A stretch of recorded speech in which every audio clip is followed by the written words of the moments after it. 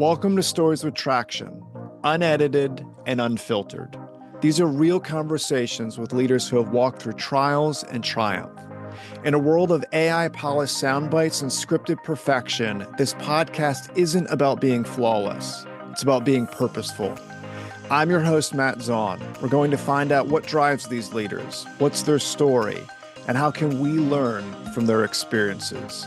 Get inspired and enjoy Stories with Traction. Jen, welcome to Stories with Traction podcast. Thank you so much for having me.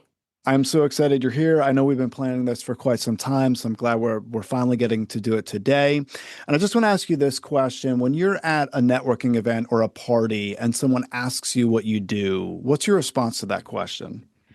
I've used the term story doula before, which is a pretty good conversation starter at a party. Just somebody who likes to basically help birth ideas. And so those ideas might be in written form, they might be in podcast form. I have a couple of, I co-founded JAR Podcast Solutions, so I'm the chief creative officer there. I also teach creative writing for podcasting and new media at the University of British Columbia part-time. So that's my way of keeping in touch with the new generation of content creators and consumers. So I find it's a really nice kind of combination of jobs that keeps my head in the game. I love that story doula. I can only imagine you saying that and then someone saying, tell me more, right? Because it's such an intriguing thing to say for sure. And I appreciate you mentioning the podcast piece. I feel like there's more and more of an interest in podcasting, especially in the business world, to utilize it from a strategic approach. How can we use it to boost business, to bring people in the fold? So I definitely want to get to the podcasting piece. So what are some services that you provide as it pertains to podcasting? So at JAR, we're kind of a soup to nuts creative agency that focuses on podcasting, both audio and video. So our services include strategy, ideation, writing,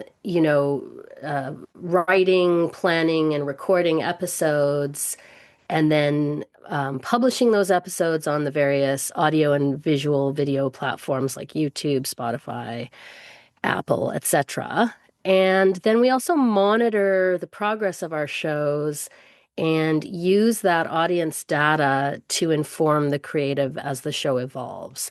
So we keep track of all of those things. Plus, we also handle promotion and marketing. So owned, earned, and paid channels of our clients get explored for potential marketing of the shows. So really soup to nuts. We see it as a big circle, and we see a podcast as an evolving organic entity that creates a lot of content that individuals or brands can use in different ways to get their message out there and to engage in conversations that matter to them.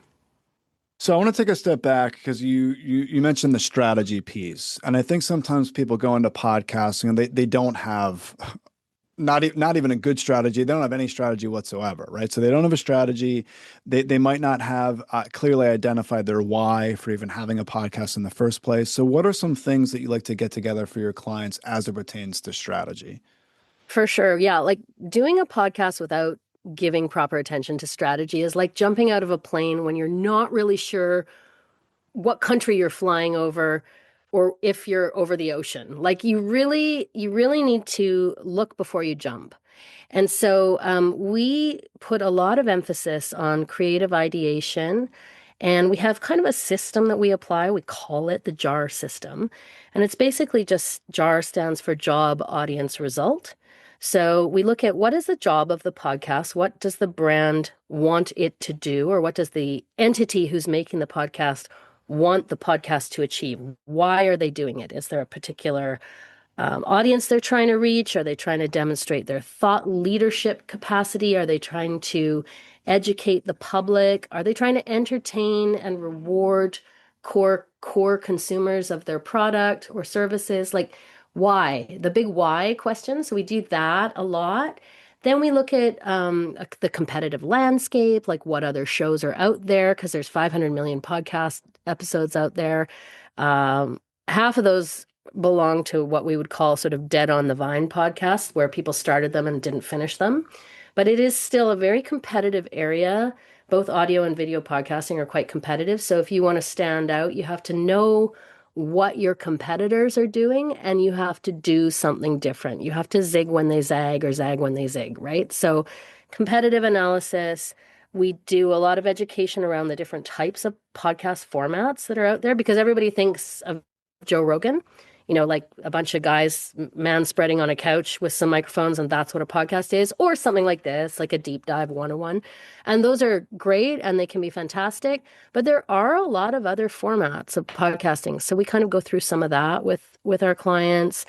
And then we try to figure out, who are they targeting in terms of their audience, specifically, and where is that audience hanging out? What do they like to do? What kind of needs do they have that the podcast could potentially serve? What answers to their questions could the brand or entity making the podcast potentially provide? So, job, audience, and then result. We look at how will you know that this thing is succeeding? Like, what matters to you most? Is it simply reach, downloads, that kind of thing? Is it engagement? Is it education? Is it dispelling myth? Is it serving a particular unique community in some way? So we really try to define the metrics for success in advance and then work towards those. So that's what I mean by strategic. Like there's a whole lot that goes into that. And I find people, they think, let's just start a podcast and see what happens. And that can often end in failure because, first of all, they're quite a lot of work. And secondly, if you don't know why you're doing it and for whom you're doing it, you're not going to make the right decisions about content. They're an enormous amount of work. Yeah, they can be. Yeah. Well, yeah, you make one. You do it on your own, though? You do it all yourself? I do. Yeah, that's a lot of work. Yeah, we have teams, so we divide up the labor a little bit. So allowing the creatives to focus on creative and scripting and show ideation and who the next guest should be and why. And then we allow project leads and project managers to handle scheduling, coordination, legal clearances, things like that. Because if you're doing podcasts in these large, multinational corporations, for example, or heavily regulated industries like, pharma, you definitely need a divide and conquer approach to getting these things through the hoops. So that's why we do it that way. So yes, yourself, oh my gosh, that's so much work. We believe in supporting the client through the process, but we're realistic with them that they're going to have to, it involves engaging on a bunch of levels. You got to engage your brain. You got to figure out what your approvals process is going to be. You got to look at the timing of all of that. How long is legal going to need to clear these ideas? That kind of thing. So we try to talk people through all that because it's not a magic wand, right? Sure. Yeah. So you mentioned that why. I think that's so important. Yeah. But there is a difference with someone that'll listen to a Joe Rogan podcast and they'll see, millions and millions of downloads and try to go in that direction when their why might only be to bring in a few clients, right? Based on the podcast. Those are radically different whys. So what are some other whys that some people listening might not be aware of to have a podcast?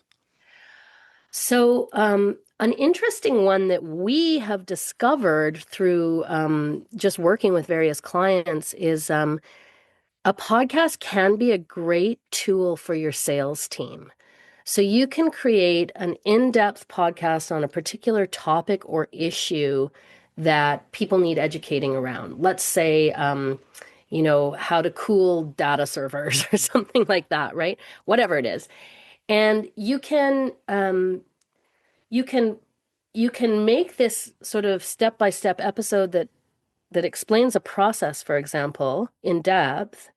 And then you can share that with your sales team and they can use that when they're courting clients to sort of position your brand as experts in a particular area.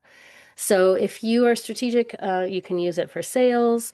We do a lot of shows for large corporations that have trouble getting their own employees to like read the memo. No, that whole expression, nobody reads. But people do listen to podcasts on the bus on the way to work. So if you can create a podcast that serves your employees, but also entertains them at the same time and gives them answers to questions that they may have, and maybe features their voices a little bit. You can that can be so we call those internal podcasts. We're doing one currently for Amazon, an internal podcast with Doug Harrington, one of their CEOs, CEO of product or something, a giant job the guy has. So a lot of people are curious about, what makes him tick, what makes Amazon tick. So it's a way of kind of peering over the fence into the brand. So that's an internal podcast, but it is publicly available. You can also do one that's not publicly available. It's just for your own employees. We did that for Lululemon because they did this amazing speaker series at their head office in Vancouver, but like their employees in Japan didn't benefit from it. So we did a show where we taped their speaker series and then brought the speaker in for a one-on-one interview with a host and then kind of packaged it up and sent that out to the international employees. So those are some sort of lesser known, but I think valuable ones. But I mean, when you're talking about public facing podcasts, generally speaking, I think they're a fantastic way to show, not tell, who your brand is. So demonstrate the things that you care about. Demonstrate by supporting them the conversations that you think are important in the world right now, the things that are affecting your business and that you feel you have expertise in. So another example would be like during COVID, we did a show for Expedia that was all about adapting to the new COVID landscape in the travel space. And how do you get a refund on the tickets that you booked? Or how do you get your kid home from Thailand? Literally, my kid was in Thailand, trapped, and we were making a show about how to get people back. Like that brand had more expertise at that moment in time than anyone on the travel landscape. So like it's about, to me, it's an opportunity to really showcase what your brand can offer the world, without getting super detailed about your products and services. Like people can find that information on your website. This is more about the honey trap, how it's the top of funnel. It's how do you pull people towards your brand and make them respect you? And how do you benefit from the halo effect of having really interesting conversations? For sure. No, I appreciate you Yeah. sharing that. So I know there's a lot of CEOs, a lot of executives that want to launch podcasts to position themselves as thought leaders. What are some positives as well as maybe some pitfalls that they should be aware of before they do that? I mean, there's simple things. Like I've seen so many CEO podcasts where they're not properly mic'd and they're not properly lit. And at that point, it just, maybe that was okay during COVID, but we have moved on and the industry has moved on and the expectation of the audience has moved on. So if you're going to do that kind of podcast, you at least need to have the bare minimum of like a decent mic, a decent light, and something to say, right? Something to say that people are going to care about. I do think that sometimes having the default of like, let's get our CEO to talk about how great we are, and all of the nuances of the things that we offer, it makes a big assumption that the public is ready to drink your Kool-Aid. They're not necessarily ready to drink your Kool-Aid. So you need to sort of warm them up with more adjacent topics. And so I think the more you can involve outside expertise, maybe have people from your company commenting, or it could be hosted by somebody from your company, your CEO or somebody else. But making sure that you're balancing the conversation with outside expertise adds credibility in the audience's eyes. So we're really dealing with audiences, not customers. And there is a distinction to be made there, right? For sure. And I think there are individuals, well, I should say I know because I've heard from a lot of people that share this stuff with me where they'll listen to a podcast, and even though they know that there are a lot of podcasts out there, they don't think creatively about it, because if they're listening to a particular podcast and they're used to that tempo, they're used to the amount of episodes, they're used to length, that's what they think their podcast needs to be. And you and I Mm-hmm. both know it's not a cookie cutter thing, right? Mm-mm. There are 3 hour podcasts, there are 5 minute podcasts, there are Mm-hmm. solo podcasts, there's podcasts with guests, there's internal, like you had mentioned, there's uh, trying to There's position fiction yourself. podcasts. Oh Okay. yeah, there's Like, fiction podcasts, yeah, 100%. There's yeah. podcasts where it's more like of a show, right? It's very interesting. So what are some creative podcasts that you've seen that a lot of people just aren't aware of? So I'm a huge fan of what's called narrative podcasting. I mean, when I'm talking about my own consumption habits, I prefer audio and I prefer narrative style. So what that means is it's a combination of script and clip. It's kind of like partially documentary style, but you might hear it on NPR, you might hear it on CBC up here in Canada. It's where there's a carefully scripted element that leads you through some interesting interviews, some on-site recordings, and some, follows a question through an episode of, could be anywhere from half an hour, 20 minutes to an hour, whatever. Length is irrelevant. It's about whether the story holds your attention. But I find that when those things are put together carefully, those elements of sound design, script, and clip, you can hold people's attention better. Like we see this in the data of our shows. So we see less drop off in narrative podcasts than we do in straight up interview-based podcasts. I think it's just because people are fickle and their attention needs to be held. And so narrative podcasts change gear a lot, and they're quite textured in terms of like the type of audio that you're listening to. They're a little more immersive. They have that kind of theater of the mind. They can kind of take you on a journey. Even if you're describing a process that, is otherwise really boring. I don't know why I'm picking on data centers, but you could be describing data center cooling. But if you do that with really clever sound design and pacing, you can actually hold people's attention, right? So if you neglect to do that, though, you will lose people. And so, so for me, I think one of the common mistakes is just the default to the conversation-driven podcast. There's a lot of them out there. It's much harder to stand out. And we have data and evidence that shows that narrative style podcasting holds attention better. Now, that works really great in audio. It's less easy to do that in video podcasting. You would need a much bigger budget.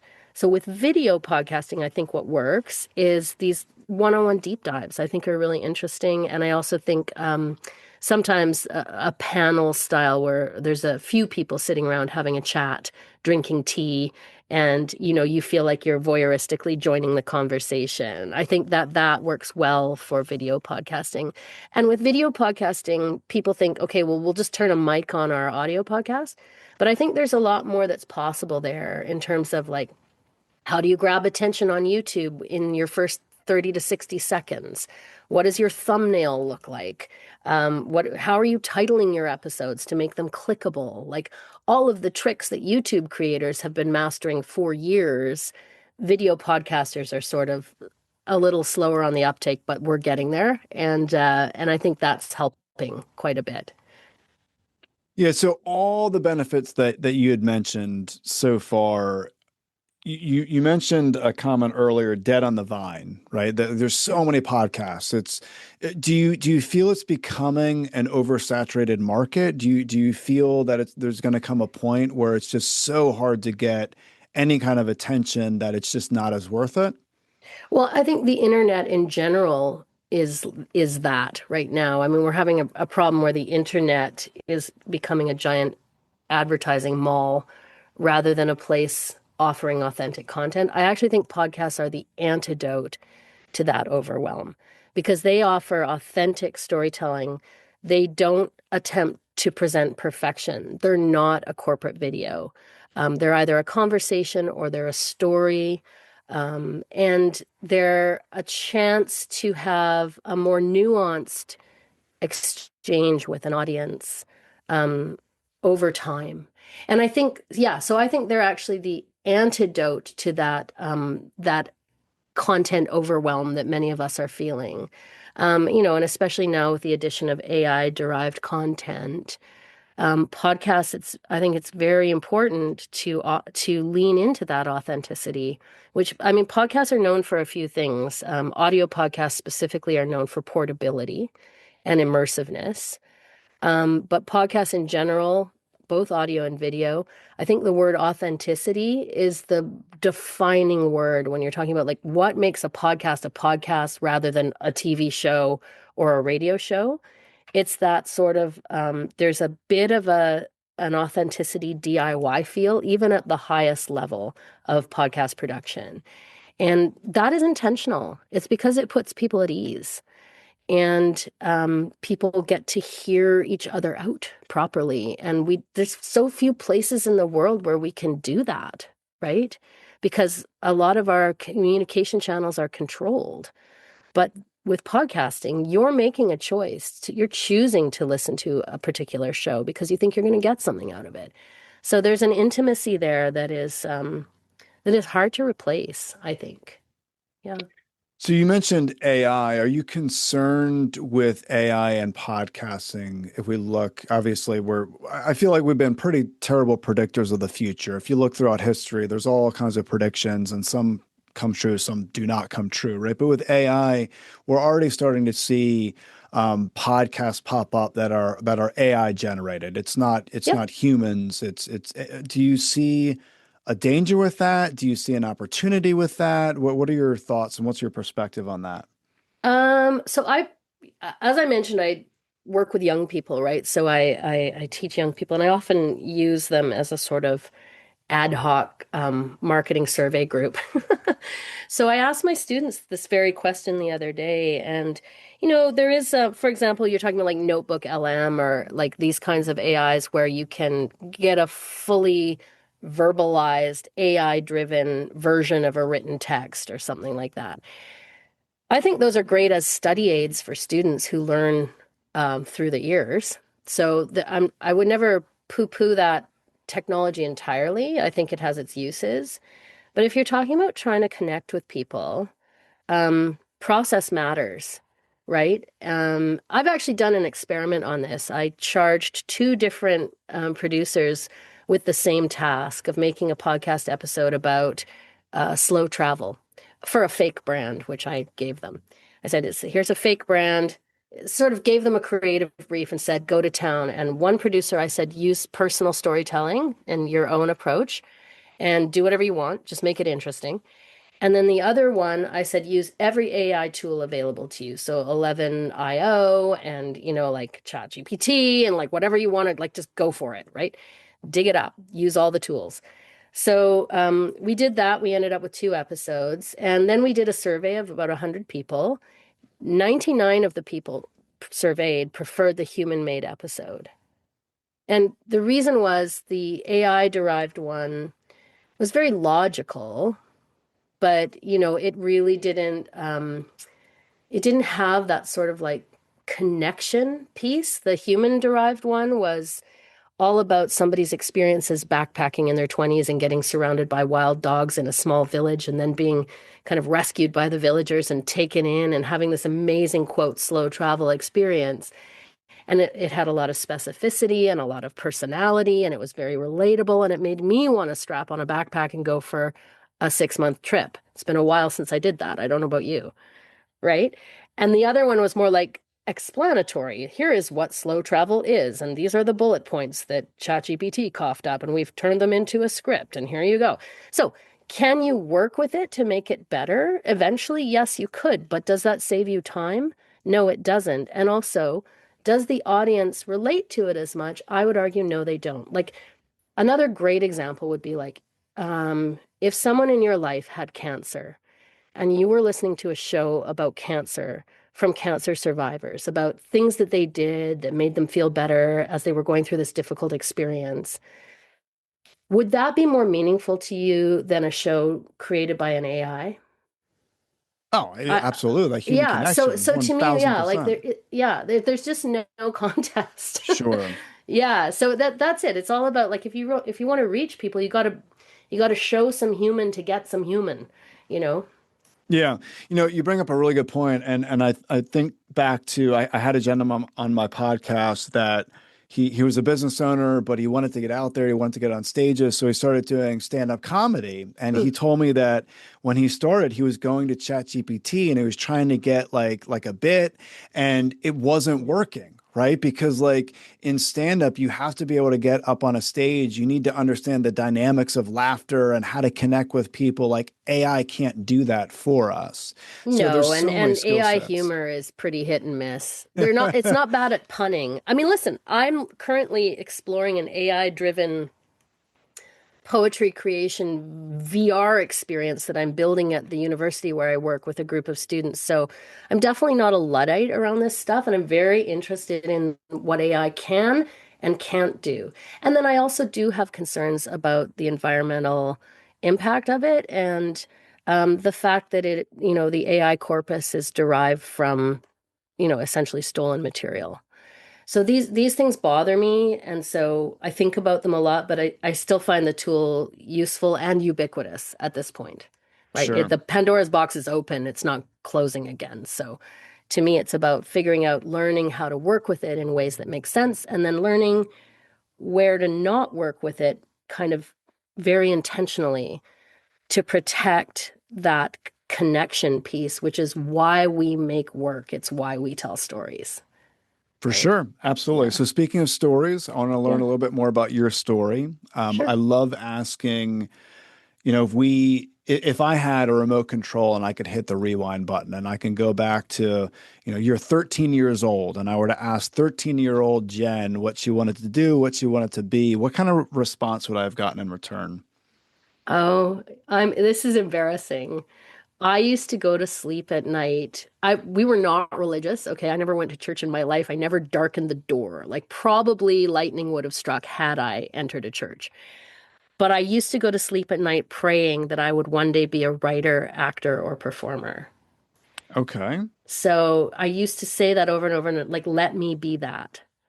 I also remember, if you go back even further, being 6 years old and walking down the street on my way to school because it was the 70s. So of course I was 6 years old and walking by myself to school. And I remember walking down the street narrating my life, going, the girl is walking down the street. The girl sees a scary dog. The girl walks to the other side of the street to avoid the scary dog. Like weird narration stuff was Hmm. happening in my head even as a kid. So I think it was just cellular for me that I would end up in writing and creativity. Um, that and being singularly bad at math. That's awesome. So what do you think positioned you to be interested in writing and the creative aspect? Was it a certain parent or something that you read or something that you saw on television? Oh, well, I'll shout out to my mom. My mom has an anthropology degree, but she, like a lot of women in the 60s, she gave up that to support my dad through law school by working, and then, she gave that up to raise kids. So until she went back to work eventually, but for most of my childhood, my mom didn't work. But my mom was a huge patron of the arts. Like my mom she still is in her 80s, but she goes to see opera and she gets seasons tickets to things. Like she loves going to live theater, music, dance from all over the world. So I grew up in a house with, Indian music might be playing on the record player or and also my mom and dad both had radio was very, very important. Like the CBC radio in Canada is one of the things that kind of unites the country. It's a bit like our railroad. And so that radio station was on, I'm not kidding you, 24/7 in my house. Like I'd go down to get milk in the middle of the night and cookies or something, it would be on. So I associate human voice and radio and content like that. I associate that with comfort. Like I need it. So that's probably, if I were to psychoanalyze, I think that's probably where it came from. Wow. Okay. Very interesting. All right. So you mentioned radio. We've talked, a great deal about podcasting, and with radio and podcasting, people that get into that, there are so many indirect skill sets that they build, right? So for me personally, when I launched this podcast, prior to doing so, I had many, many, many speaking engagements under my belt, whether it Mm. was a keynote or a workshop.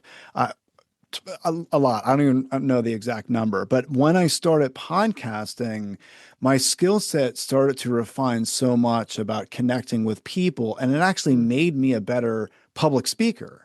So, Mm. what other like indirect skill sets do you see? I'm thinking of the CEO that goes into it with we had earlier you had mentioned, the job of the podcast and the strategy and all these different things. So a CEO goes into it and there's all these elements of strategy. They have a certain budget for it. They're thinking about it from a business perspective, but then there's all these other indirect things that are going to come that are invaluable. What are some of those things that some people they're not that aware of, but they soon learn, oh man, I should Right. have started this years ago. How did I not do this? Right, right.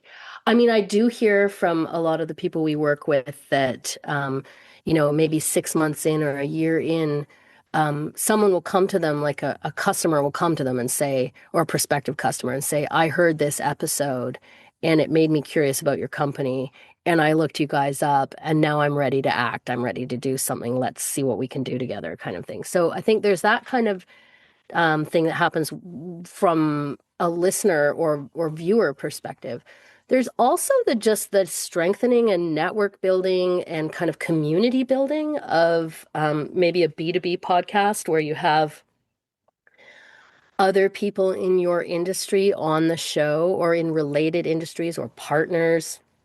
And it's a way of sort of tipping your hat to those partners and saying, I see you, I see the work you're doing, and I value you in this industry. And how can we work together? A podcast shouldn't be a sales tool like that because it can be it would be smarmy to be like, "Hey, want to come on my podcast? Hey, can I sell you something?" That's just dumb. Don't do that. But but if the person comes on your show and has a great experience and makes a genuine connection with you, that does kind of warm up the channel for conversation between that person. It also puts you in the forefront of their mind if down the road there is something that you can legitimately help them with. So I do think that those are some of the side benefits. And then in terms of like the skills that you build doing podcasting, obviously, it helps you relax and talk to people. I think you learn to listen. I think that's a big one. Like you're a great listener, I can already tell. And that's a key part of podcasting. I think it's a key part of business, right? Is like you don't go into a sales call and go like, here's all the stuff I can do for you, right? Because if you do that, you're gonna crash and burn. So learning to really listen um, and take in what people are saying to you, I think that's another big side benefit of podcasting. Yeah, Yeah. yeah. Well said. And there are so many benefits. Someone needs to actually do it, get the reps in, and after time, they see this growth. Yeah. I had a guest on recently, so I recently had this individual on, and he was on. It's either 2 or 3 years ago. And after the podcast, I love this. He was sharing with me how I grew as a podcast host. And he's like, you did this and you did this and all this growth that I didn't see it because, it's my day to day. I You've kind of just been live in doing that. it. Yeah, Yeah. exactly. Yeah. And it was Yeah. really interesting and neat to see. Mm, So I mm. highly recommend everyone have a podcast. Because again, you don't need to, it doesn't need to be every week. It doesn't need to be like there's No. all kinds of different things people could do. Yeah, and in fact, I would recommend like just being really realistic with yourself about how much time you've got and how frequently you can put episodes out. I'm a big believer in batch recording and then putting out a season. And then it's okay to take a break if you can find ways to fill the feed with little sort of repeat episodes or things like that. I think people, when they think about starting a podcast, they sort of see it stretching out forever, interminably, and they won't be able to stop, and they'll be on a treadmill they can't get off. And that's why I encourage people to think of it in seasons. It also allows you to pivot slightly at the end of a series of episodes and think about, is there a new truth or a new question that I want to emphasize for the next few episodes? So I think on that level, it's a lot less scary than people think. Sure, sure. And like recently, I recommended to a friend. He wanted to launch a podcast. He was like, "I have no time." I'm like, "You don't need to do this every week. You don't need to do this like multiple times a week. You could do a monthly roundup and just start there, where you're Yep. going through the month and different things that you learned." And Or work ahead. So you've got like 4 episodes ready to go, and then you buy yourself a nice chunk of time where you release one every 2 weeks, and that takes you down the road a pace, and you've got time in there to record the next couple, right? So like if you get a nice head start on a like get a nice headwind, and anything's possible. I do think sure, regularity does matter though. Like um I generally don't advise like dropping an episode, then waiting 3 months, then dropping 3 episodes, then waiting 6 weeks, then dropping 2 episodes. Like the audience is just like, what is this? Right. So sure. letting the audience know what to expect and then following through on that, I do think that's because it's kind of an appointment contract that you're making with your audience, right? Sure. Yeah, absolutely. All right, let's go back to your background because you had mentioned 6 years old, walking down the street, and then you mentioned growing up and with a radio on. So take us through high school and then college. What are some things that you did that positioned you for what you do today? Oh my gosh. I've done so many jobs, like a lot of people in the arts, right? So I have worked. I did singing telegrams for a while right out of college because I couldn't find work in the town where I was living. But that taught me to walk into an unfamiliar room and own it. So there was value there. Plus, it was really fun. I've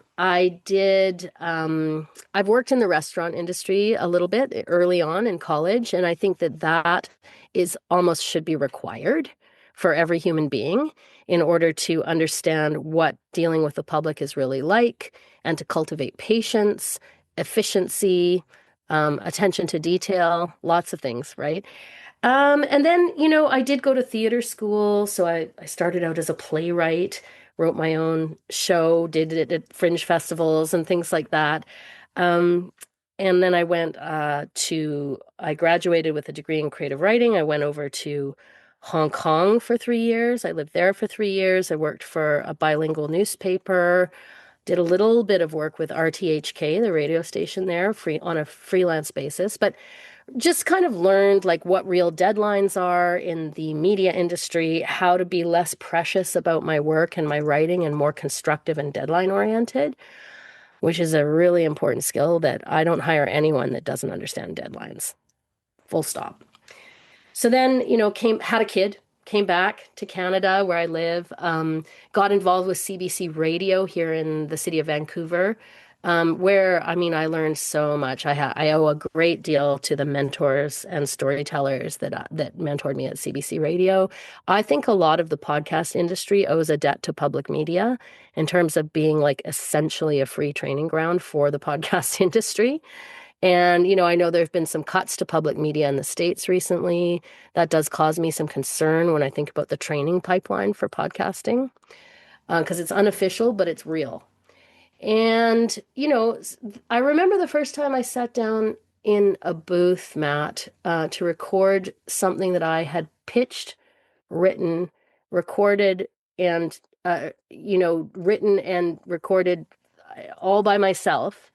Um, and I felt almost like I don't know if you've ever had this feeling where you're supposed to be. And it was like, because it was combining all these things. It was combining my performance background with my writing interests, with my general newsiness and kind of care about the world. Spent a lot of time reading the news and, engaging with society. So being able to write, record, and tell a story for the public in a room by myself as a young mom with no screaming toddlers, it was like win, win, win. I was so happy. That's awesome. So, yeah, so I mean, I would describe that. And then I went and worked for the National Film Board of Canada for a while, for about 4 years. They have a digital studio. that's where I really learned that a story belongs. I learned about the connection between form and content there, and really thinking like, what does this story need to be? Um, would it be best told through social media? Is it best told as a podcast? Does it belong on a website? Should it be a novel? Like, is it a film? That's what I learned to think about at the NFB Digital Studio. And we did everything. We did VR, we did interactive storytelling, immersive storytelling. So it kind of blew the lid off form for me and showed me a lot of possibilities. So now when I think about a podcast, I think about it as a pillar asset that can create content for a lot of different platforms, including social media, for example, or blogs or white papers or whatever the case may be. So it taught me to think really holistically about what a story is and where it lives and why. For Yeah, and sure. then eventually worked in private radio for a while, where I learned a little bit more about sort of the metrics of dealing with clients and advertisers and things like that. And that from there is where I started Jar Podcasts. Yeah. So, So you said something I want to unpack a little bit more. You mentioned deadlines. You said I don't hire anyone that doesn't understand deadlines. So what yeah. does that mean to you? And especially from a creative aspect, when it comes to writing or creating something, talk to us a little bit about deadlines. So I've worked with creative directors who couldn't meet a deadline to save their life. And I've worked for the government where almost every deadline was movable. I believe, because I'm trained in media and media storytelling, that a regular appointment with your audience is a inviolable, what's that word? Inviolable contract. And I just take them very, very seriously. I also find them useful. Like I think constraints are useful to creativity because you can second guess yourself indefinitely, um, trying to make it better, make it perfect, da da da da, right? And good enough to ship, right? That's what we got to get it to. We got to get it ready to go by the appointed time because reality has to enter the picture at some point. So I work with a lot of journalists or former journalists, or kind of recovering journalists who understand not only how to meet a deadline, but how to make content that resonates in the zeitgeist. Like what's important right now? Why is this piece of content going out right now? What what kind of stories would hit right at this moment? I think those things are important to think about when you're podcasting. There is so much value with what you said. Thank you so much. I Oh, I appreciate that, and thank you so much for this conversation. I know a lot of people listening got stuff out of it. I know me personally, there are a few things that I'm going to have as takeaways, and some things that I'm going to need to process even a little bit more. The first thing that you said, you were mentioning if someone wants to start a podcast, you said the job of the podcast. That's that why. What is the podcast going to do? What's the use, the strategy behind it? I really appreciate you sharing that. The second piece, and it's something I don't think enough people think about, is you said a tool for your sales team. mhm, That adds, it connects to the strategy piece, but it could really be used as a powerful tool for a sales team. mhm, The third piece is that authentic storytelling. And you talked to us about the AI versus that authentic piece, that connection point with another human. And then the last thing that you said that I just really appreciate you mentioning this, you said constraints are useful for creativity. yeah. That's so powerful. It's something Oh, that I yeah. don't think enough people think about, that actually if you have a deadline and there's a constraint, it creates an environment where we need to be creative. And then you went on to say reality has to enter the picture at some point. I love that so much. Yeah. So I thank you so can't much. focus without deadlines. I have to have them. So it's really just a projection of like I can't get out of bed in the morning without an alarm, and it's an extension of that, right? Absolutely. Yeah. Absolutely. So, Jen, thanks so much. If someone wants to get more information on what you do, they want to reach out to you for your podcast services, where's the best place they can go to get that I information? mean, they can definitely check out our website, so jarpodcastsolutions.com, but also I'm Jen at jarpodcasts with an S.com, and I'm happy to field questions. And Jen is with one N, because that's a contentious issue. Sounds good. It'll all be included in the show notes. People could just click and go from there. Thanks again. Really appreciate your time today. Thank you for having me.